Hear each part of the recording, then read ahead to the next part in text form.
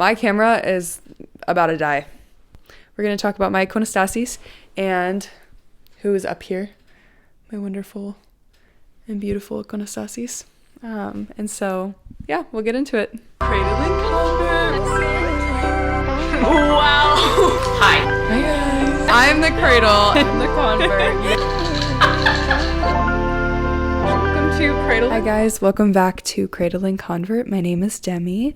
I am who you get today because Laney girl is going through some big life things, and so she is not able to join me. But nonetheless, I wanted to make a little video just on the shorter end talking about some of the female saints that I have on my Iconostasis and some of them and why they're saints, and just kind of do a little debrief. Me and Laney will be making a video on saints specifically and on icons in the church and kind of go into depth on those side of things, so I'm excited for that. But yeah, so we're just gonna hang out and chat for a little bit, I guess. Sometimes I feel so weird doing like little videos by myself because I'm not like actually talking with anyone. But nonetheless, we are going to talk about 4 female saints. Those 4 saints are Saint Agira and Saint Theodora, the Empress, Saint Dominica of Constantinople, and Saint Calliope. I'll put all of what they look like right here. I have little notes so that I don't forget certain things. First saint that I'm going to talk about is Saint Agira. She is one of my faves. I mean, all of them are amazing, and I love talking about all of them, but she has a special place in my heart. She was born in a place called Prarusa. She got married at 18 to her husband, who is also a pious Christian, and she was already born, like her parents were very pious already, but essentially she got the attention of a neighbor, like unintentionally got the attention of a neighbor who was Muslim, and he confessed his love to her, and she was like, no. Surprise, surprise. And he got really mad and he was really jealous. And so he went to the courts and he told them, hey, she said that, she denied Christianity, she denied her faith. And then she laughed at me and said that it was a huge joke.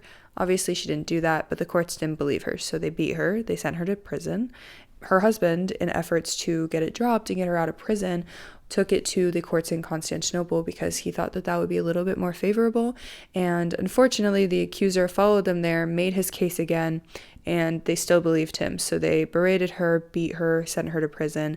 But in prison, she took everything with such a humble and a gracious heart. She felt that because she was in prison, because of her love for Christ, that, these things were blessings and not horrible. She got hit by a lot of the women that were already in prison there, and they were fighting their demons, and they were in there for most of them for actual crimes, and so she took everything with such a kind and a humble heart. And even when they tried to get her out of prison years later, she told them not to, because she knew that she was there for God. And so that's just, obviously she's a saint for a reason, but that's just so crazy. And so although she had all those troubles, she later passed away. And when she passed away, Christians got a hold of her body and they went ahead and they buried her. And 3 years later, they excavated her and they said that she was untouched, looked exactly like how she did when she fell asleep in the Lord, which is so crazy. And they said that she smelled there was this smell that's undescribable coming off of her, which is beautiful in so many ways. And so then with the blessing of Saint Paisios, which he's another good one, we'll talk about him when we talk about saints, me and Laney collectively. With his blessing, she now presides in the Church of Saint Paraskevi, I believe is how you say her name. I have her up on my Iconostasis as well. But she presides there and she performs miracles. People pray to her for marriage and for their relationships. That's how she intercedes for people most of the time. And she is commemorated on April 30th. So that's Saint Agira. She's one of my favorites. The next one that I'm going to talk about is Saint Theodora, the Empress. She looks like this. She was married to an emperor. I believe this was in Rome. And he was pagan, I believe. And so Christianity was not typically practiced then or allowed, and people were persecuted for it. Although her husband didn't believe, she did. And so for a really long time, she would go off and venerate icons and practice Christianity on her own behind closed doors and behind her husband's back.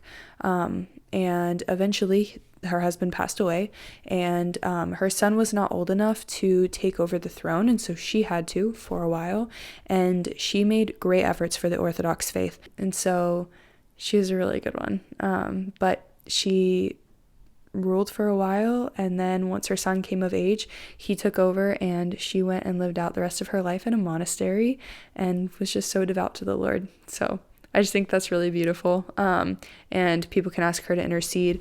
She is commemorated on February 11th. The next saint that I want to talk about is Saint Dominica of Constantinople. She looks like this. She was wonderful. She was pious from the get-go. That woman loved God from the beginning. She always had dreams of a young girl of going to a monastery and just living for Christ and being tucked away like that. And so she did exactly that.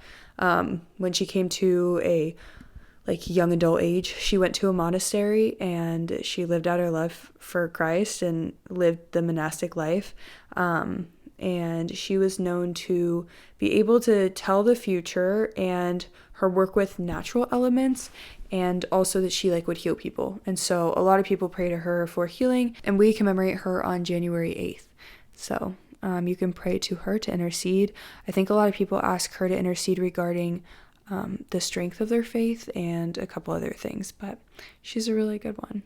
So, and the final saint that I'm going to talk about that is on my Iconostasis is Saint Calliope. You can see her picture here, the icon here. She is another really good one. Her and Saint Agueda are in the same kind of in my brain, they're categorized kind of the same. All the saints are wonderful, but the two of them have very similar stories, I feel like. So she was very devout to Christ from a young age as well. And so she took a lot of her time to practice her religion more than she took time to be social and focus on her social life, when a lot of the time that was what people were focused on. Also, mind you, she was a 3rd century saint, and so back then it was mostly pagan, and she was in Rome for a fact. I know she was in Rome. And so basically, they would deem women ready for marriage, and so eventually she was deemed ready for marriage around the age of 21. And when that happened, a lot of people were asking for her hand in marriage. She had many suitors. She was very beautiful. And so when that happened, there was one man that asked her for her hand, and he was pagan, and she said no, preferably because she wants a Christian man. And he really didn't like that. And so he decided to go to the courts, and he told the pagan rulers, because he wanted revenge, he was like, they'll have their way with her. And they took it to the courts, and he told them that she committed treason against the state and a bunch of other crimes that she did not do, but he was very mad. And so they made a whole case out of it, and he paid a bunch of people to ruin her reputation so that no one would believe anything she had to say about it, and which is crazy. But the whole thing went down, and they were going to send her to prison or beat her, whatever they were deciding on. And this man is, I love this story because it's just of course this happens.